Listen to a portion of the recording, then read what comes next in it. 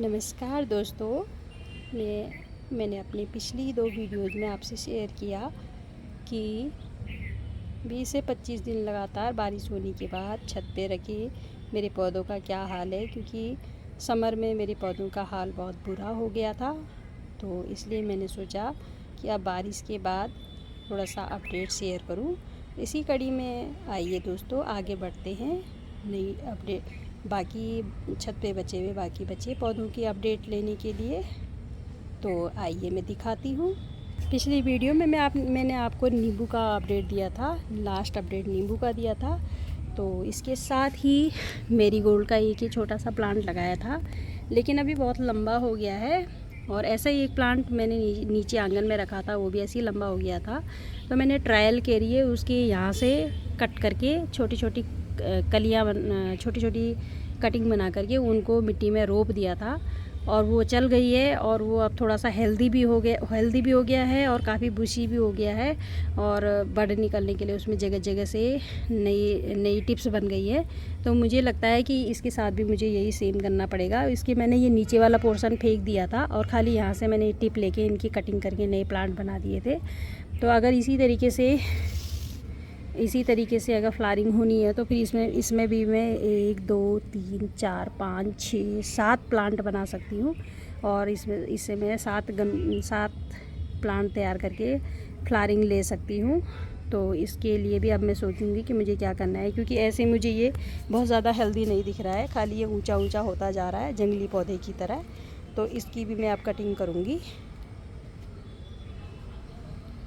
उसके बाद नेक्स्ट मेरा ये पीच कलर का गुलाब जो मैंने कटिंग से तैयार किया, इसका मैंने शॉर्ट शेयर किया था। ये खिल करके और फिर ये बारिश में भीगा था, तो उसके बाद से फ्लावर थोड़ा पिचक गया था और अब ये सूखने की तरफ बढ़ गया है। लेकिन देखिए कितना सुंदर कलर है इसका। ये खिल करके अभी ये पिचकने की वजह से और ख़राब होने की वजह से थोड़ा छोटा पड़ गया है, अदरवाइज़ ये साइज़ में काफ़ी बड़ा है। और जैसा साइज़ इसका सर्दियों में था, गर्मियों में भी इसका सेम साइज़ रहा है। तो आप इसका सीड देख सकते हैं, इसके सीड का आकार आप देखिए कितना बड़ा है। तो इसी तरीके से इसका जो फूल है, फ्लावर है, उसकी भी शेप काफ़ी बड़ी है। तो ये मैंने बीज के लिए रखा है, मैं बीज से भी एक प्लांट प्रोपोगेट करके देखना चाहती हूँ। और बारिश के बाद से इसमें ये वाली कली भी आई थी और ये वाली कली भी आई थी। तो अब ये कली भी खिल जाएगी, तो उसके बाद मैं इसमें एक बार फिर से कटिंग करना चाहूँगी ताकि इसमें नई ग्रोथ निकल आए। और ये अब रिपोर्टिंग भी मांग रहा है, क्योंकि ये बहुत अजीब सा हो गया है, इसकी जड़ें दिखने लगी हैं। तो अब इसकी रिपोर्टिंग की जाएगी कुछ दिन बाद ही, संडे को देखती हूँ अगर टाइम मिलेगा तो। उसके बाद ये मेरे पापा जी ने ग्रो कर दिए थे मैरीगोल्ड के प्लांट, और ये 2 या 3 प्लांट हैं और ये इतने घने हो गए हैं। तो ये भी अब कटिंग ही करी जाएगी। और इसमें मैं सोच रही हूँ, जैसे यहाँ से ये काफ़ी सारी ब्रांचें निकली हैं, तो मैं यहाँ से कट करके इसका प्लांट बनाऊँगी ताकि इनमें जो है फ्लावरिंग ली जा सके। तो मैंने ये कटिंग बनाने के लिए ही छोड़े हैं अब। और उसके बाद ये पत्थर चटाई ये मैंने यहाँ फुल बारिश में रखा हुआ था, और आप देख सकते हैं कि इसको कोई असर नहीं पड़ा, कोई नहीं गल रहा है, ये बहुत अच्छा हो रहा है। लेकिन हाँ, यहाँ एक ये चेरी टमाटर का प्लांट रखा हुआ था। बारिश मैंने सोचा था कि ये बारिश में अच्छा हो जाएगा, लेकिन इसको कोई फ़र्क नहीं पड़ा, ये ठीक नहीं हुआ, उल्टा और ख़राब होता चला गया है। तो अब मैं इसे कट करके हटा देने वाली हूँ, ये अब किसी काम का नहीं है। लौकी की बेल लगाई थी मैंने, ये लौकी की बेल इससे ज़्यादा कभी नहीं बढ़ी और इसमें कुछ भी नहीं हुआ। और जो शुरू में फ्रूटिंग और फ्लावरिंग हुई थी वो भी ख़राब होती चली गई। तो अब इसके भी हटाने का टाइम आ गया। ये मैंने ट्रायल के लिए इसमें और मिट्टी और काउडंग कंपोस्ट मिला के भी डाला था, लेकिन कुछ नहीं हुआ। मुझे लगता है शायद छोटा बर्तन होने के कारण इसकी जड़ों को फैलने की जगह नहीं मिली, इसलिए ये चल नहीं पाया। तो ये मेरा एक्सपेरिमेंट सक्सेसफुल नहीं रहा, और अगली बार से मैं इस तरीके से तो कम से कम लौकी और तोरी ग्रो नहीं करने वाली हूँ। अगली बार में हो सकता है कि बड़े कट्टे में मिट्टी भर के और तब मैं ट्राई करूँ, अदरवाइज ये वाला मेरा एक्सपेरिमेंट फेल है। उसके बाद ये नेक्स्ट इस गमले पे आते हैं। इसमें हमने हरी सब्जी बोई थी, ओगल हमने कई बार इसमें से हार्वेस्ट करके खाई है। तो लेकिन अब पापा जी ने नहीं बोई है, पता नहीं क्यों। लेकिन इसमें ये मिर्ची का प्लांट है और इसमें एक बार की मिर्ची तो मैंने तोड़ी भी है और अच्छी फ्लावरिंग हो रही है, इसमें मिर्चियाँ तैयार हो रही हैं। तो इस वजह से अभी इसमें कुछ और नहीं लगाया है, बल्कि इसमें 1-2 विनका के प्लांट अपने आप उगाए हैं। एक ही पता नहीं कौन सा फ्लावरिंग प्लांट अपने आप उगाया है इसमें, बाकी इसमें और कुछ नहीं है। बस ये मिर्ची के प्लांट को ही छोड़ दिया है इसमें। दूसरा है मेरा ये वाइट विनका का प्लांट, जो कि पुराना प्लांट है और मैंने पिछली बार कटिंग करके छोड़ दिया था। तो आप देख सकते हैं कि सिंगल स्टेम है। ये अलग प्लांट है, ये रेन लिली है। ये सिंगल स्टेम है और ये देखिए कितना मोटा हो गया है, और ये कटिंग करके मैंने छोड़ दिया था। तो ये अभी इतना बुशी हो गया है और फ्लावरिंग आप देखिए इसकी, इनॉर्मस फ्लावरिंग है, ये देखिए। तो फ्लावर का साइज़ भी काफ़ी बड़ा है और काफ़ी सुंदर है, ये देखिए। ये देखिए, तो ये कटिंग करने के बाद ही इतना बुशी हुआ है, बरगद की पेड़ की तरह इसका शेप हो गया है। और मुझे नहीं पता कि ये अगले साल भी चलेगा, लेकिन फिर भी इस बार फिर से मैं एक्सपेरिमेंट के लिए, जब इसकी फ्लावरिंग थोड़ा कम होने लगेगी, पत्ते झड़ने लगेंगे, तो मैं इसकी फिर से कटिंग करके छोड़ दूँगी। तो देखूँगी कि क्या ये अगले साल भी चलता है और इसी तरीके से बुशी रहता है या नहीं रहता है। तो फ़िलहाल ये अच्छा चल रहा है, तो इसलिए अभी रखा ही है। और इसमें फ्लावरिंग बहुत टाइम से ऐसे ही चल रही है, कई महीने हो गए हैं। मैंने इसे बिना फूलों के कभी नहीं देखा है। मैं रात में भी आती हूँ तो वाइट फ्लावर ऐसे ही चमकते रहते हैं। और इसके साथ इसमें ये पुदीना लगा हुआ था। एक्चुअली इस गमले में यहाँ पे शेड होने के कारण बारिश का पानी नहीं पड़ता है, और जिन दिनों बरसात होती रहती है हमें लगता है कि सब जगह तो पानी हो रखा है, गमलों को पानी देने की ज़रूरत नहीं है, और हम भूल जाते हैं। तो कई बार ये मुरझा जाता है क्योंकि ये गमला सूख जाता है। तो 2-3 दिन में हम एक दिन किसी दिन आके इसमें पानी डाल देते हैं। तो ये पुदीना बहुत अच्छा नहीं हो रहा है, इसमें पुदीना थोड़ा सा मर सा गया है। तो ये पानी की कमी की वजह से ही है, लेकिन ज़्यादा पानी डालेंगे तो ये विनका मर जाएगा, तो इसलिए ज़्यादा ध्यान नहीं दिया इस पर। उसके बाद ये चांदनी का प्लांट है, मिनी चांदनी। तो मिनी चांदनी में ब्रांचेज अब अच्छी घनी हो गई हैं, खूब सारे पत्ते भी निकल आए हैं। हालांकि अभी फ्लावरिंग नहीं हुई, बीच में अंदर की तरफ ब्रांचेज में फ्लावरिंग हो रही थी, लेकिन आजकल फिर फ्लावरिंग नहीं दिख रही है। लेकिन प्लांट ये बहुत अच्छी कंडीशन में हो गया है। गर्मी में जैसा ये जल सा गया था, अब ये वापस अपनी हरियाली इसने ओढ़ ली है। लेकिन इस पर भी पानी जब हम डालते हैं तभी पड़ता है, अदरवाइज़ बारिश का पानी इस पर नहीं पड़ता है। तो अब मैं सोच रही हूँ इसे बारिश की तरफ रख के देखूँ, क्या पता उससे कुछ फ़र्क पड़ जाए और इसमें फ्लावरिंग स्टार्ट हो जाए, क्योंकि आजकल तो चांदनी में अच्छी फ्लावरिंग हो रही है। तो इसको अब मैं बारिश में रख के देखूँगी। पिछले 20-25 दिन से तो ये बारिश से बचा हुआ था, अब मैं इसकी पोजीशन चेंज करके देखूँगी। इसमें से हमने कई बार ओगल हार्वेस्ट की है, लेकिन अब ये ओगल में फ्लावरिंग होने लगी है, शायद इसीलिए पापा जी ने और ओगल नहीं बोई, तो ये ऐसे ही छोड़ दिया है। और इसमें भी ओगल बची हुई है। इसमें हमने ट्रायल के लिए जो पहले ओगल हुई थी उसके ऊपर से सब्ज़ी हार्वेस्ट कर ली थी, और बाकी नीचे से पत्ती से थोड़ा तना छोड़ दिया था।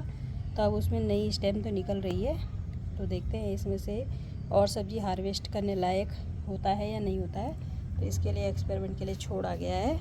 उसके बाद एक और मेरा ये विनका का प्लांट, मुझे ये समझ नहीं आ रहा है कि इसके पत्ते पीले क्यों होते जा रहे हैं। हालांकि इसमें फ्लावरिंग में अभी भी कोई कमी नहीं आई है, आप देख सकते हैं फ्लावरिंग इसमें नई बड भी है और फ्लावर भी है, लेकिन इसके पत्ते पीले पड़ते जा रहे हैं। मे बी पानी की कमी की वजह से हो रहा हो। तो कुछ दिन ध्यान दे के देखती हूँ कि हर दूसरे-तीसरे दिन छत में आऊँ और इनको पानी दे दूँ, तो हो सकता है कि उससे कोई फ़र्क पड़ जाए।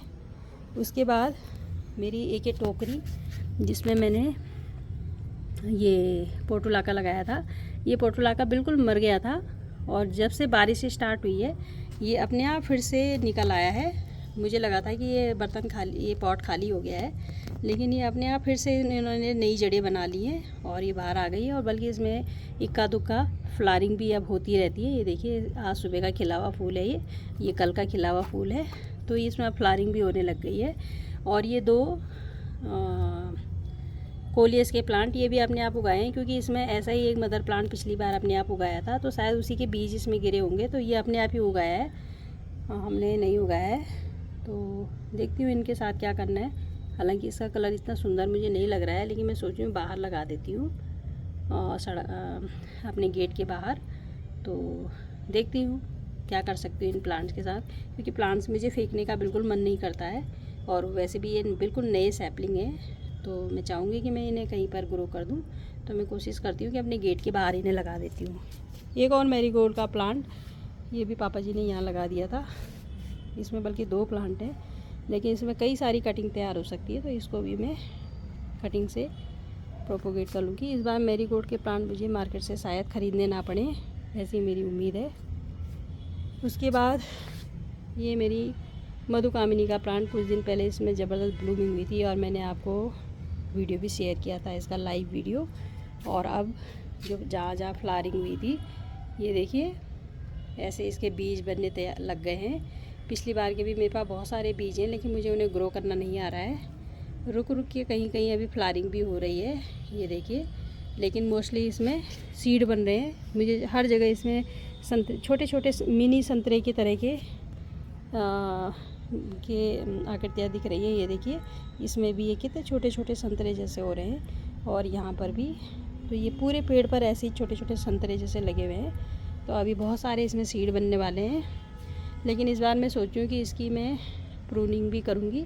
साइड साइड से इसमें छोटी छोटी ब्रांचेज हटा दूँगी, आगे आगे से टिप्स से इसकी टिप्स हटा दूँगी छोटी छोटी, ताकि इसमें नई ग्रोथ आए और फिर से फ्लावरिंग के लिए ये रेडी हो जाए। और वैसे अभी ये काफ़ी बुशी प्लांट है मेरा, और ये आप देख सकते हैं कि इतना बुशी है कि इसने अपने पीछे वाले सारे प्लांट्स को ढक दिया है। आपको कोई दूसरा प्लांट नज़र नहीं आ रहा है इसके पीछे। तो कोशिश करूँगी कि इसकी कटिंग कुछ इस तरीके से करूँ कि इसकी जो बूसीनेस है वो भी कम ना हो, और इसमें नई ग्रोथ के लिए भी जगह बन जाए। तो ये प्लांट भी मेरा फ़िलहाल अच्छा चल रहा है, लेकिन इसमें ये समर में कुछ पत्तियाँ जल गई थी, तो और नई जो पत्तियाँ आ रही हैं वो ग्रीन तो है, लेकिन मुझे पता नहीं क्यों हेल्दी नहीं लग रही, क्योंकि मैंने इसको हमेशा बहुत खिला खिला प्लांट देखा है, और बिना फ्लावर के भी मुझे ये बड़ा सुंदर लगता है। तो हो सकता है कटिंग ही मांग रहा हो, प्रूनिंग ही मांग रहा हो, तो प्रूनिंग कर दूँगी, तो हो सकता है कि तब अच्छी आ जाए। लेकिन प्रूनिंग कब करनी है इसके बारे में प्लीज़ मुझे बताइएगा।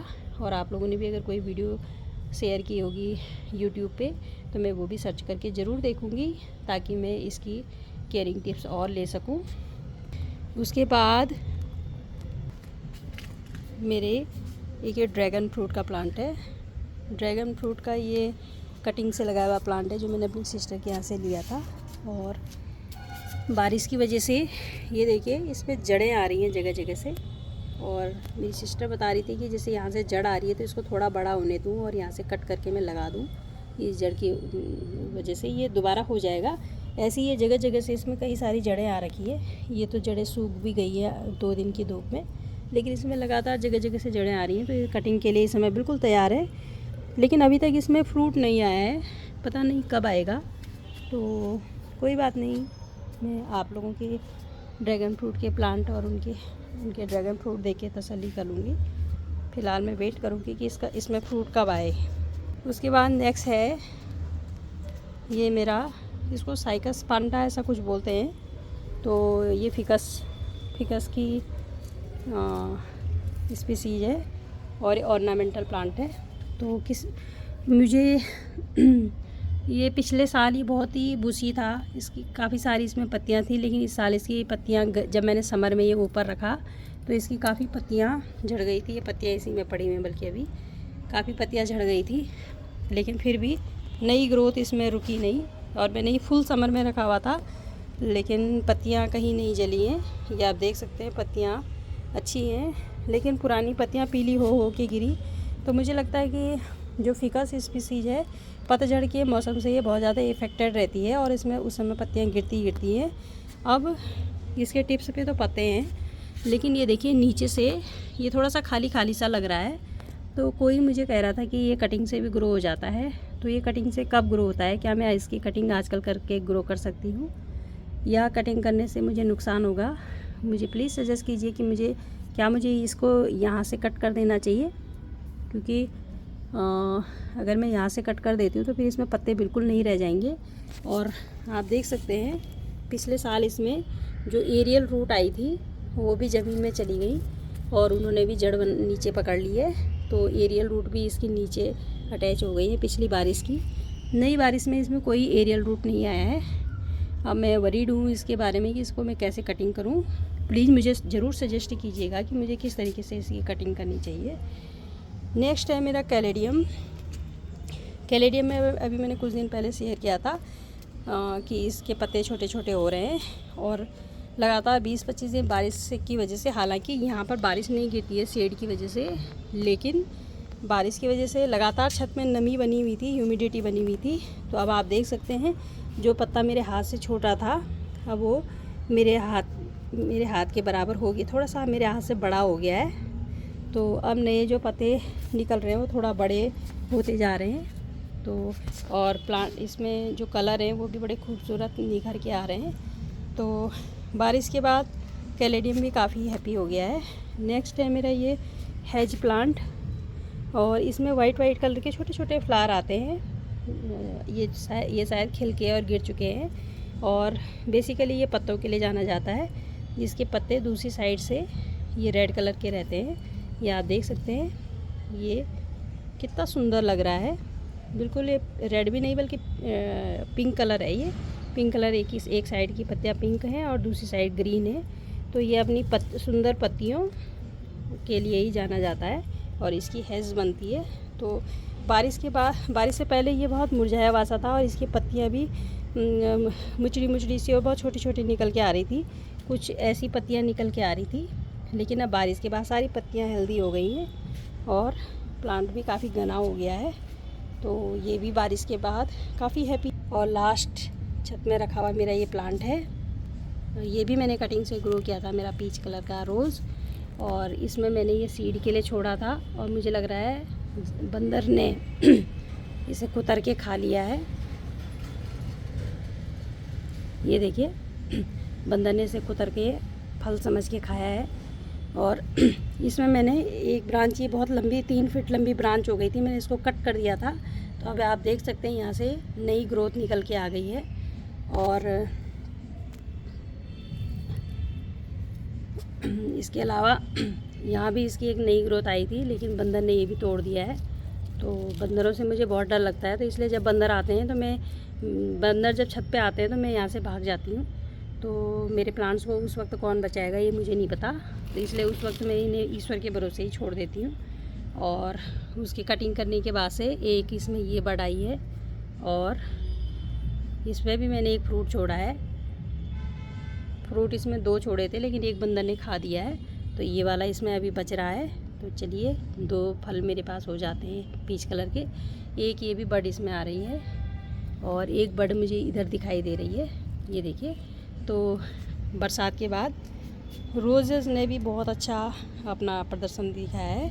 तो साथियों मुझे माफ़ करना, मेरी ये वीडियो बहुत लंबी हो गई है और फिर भी आप लोगों ने इसे देखा है, इसके लिए मैं आपका बहुत आभार व्यक्त करती हूँ। और अब जो नीचे मैंने आंगन में रखे हुए प्लांट्स हैं उनको मैं बाद में अलग से दिखाऊंगी। मेरी वीडियो में लास्ट तक बने रहने के लिए बहुत धन्यवाद साथियों। अपना प्यार और सपोर्ट मुझे लगातार देते रहिए, ऐसी उम्मीद करती हूँ। तब तक के लिए नेक्स्ट वीडियो के लिए हैप्पी गार्डनिंग फ्रेंड्स।